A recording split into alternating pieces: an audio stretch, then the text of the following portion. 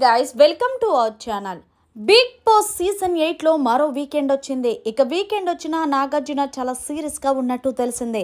ఇక మన టీవీ ద్వారా హౌస్ మేట్స్ తో మాట్లాడుతూ ముందుగా నిఖిల్ ని పిలిచారు. నిఖిల్, నిజంగా ఏం ఆడావయ్యా, నీ ఆటను చూసి మాకే గూస్ బంప్స్ వచ్చాయి. నువ్వు నీ టీం సభ్యులకి చెప్పే విధానం, నీ టీం సభ్యుల్ని నిన్ను పాటించే విధానం అంతా చాలా బాగుంది నిఖిల్. నిజంగా ఆట అయితే సూపర్గా అనిపించింది, కానీ ఒకే ఒక్క విషయంలో నాకు కొంచెం స్వార్థం చూపించావేమో అనిపించింది. అంటే ఏ విషయంలో సార్ అని, అదే నీకు ఏదైతే రెడ్ కలర్ గుడ్డు దొరికిందో ఆ గుడ్డు నిన్ను తీసుకోమన్నదే సీతక్క. మరి సీతక్క తీసుకోమని చెప్పినప్పుడే కదా నువ్వు తీసుకున్నావు. మరి ఆ గుడ్డు సీతక్కకి ఇవ్వకుండా ఎందుకు సోనియాకి ఇచ్చావని నాగార్జున అడిగేసరికి నిఖిల్ ఏం చెప్పాడు అంటే, అదేమీ లేదు సార్, నేను అందరినీ అడిగాను. విష్ణుప్రియ అయితే నాకు చీఫ్ కంటెండర్ అవ్వాలని లేదని చెప్పేసింది.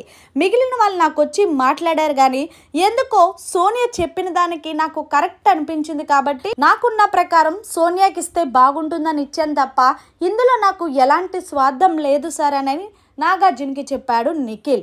సరే నిఖిల్, ఏదేమైనా సరే ఆ విషయంలో సీత చాలా ఫీల్ అయింది కాబట్టి ఒకసారి నువ్వు సీతకి హగ్ చేసుకొని సారీ చెప్పాను, కానీ నిఖిల్ సీతని హగ్ చేసుకొని సారీ చెప్పాడు.